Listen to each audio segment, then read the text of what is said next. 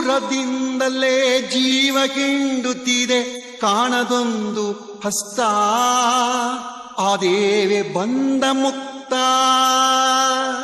ದೂರದಿಂದಲೇ ಜೀವ ಹಿಂಡುತ್ತಿದೆ ಕಾಣದೊಂದು ಹಸ್ತ ಆ ದೇವೆ ಬಂದ ಮುಕ್ತ.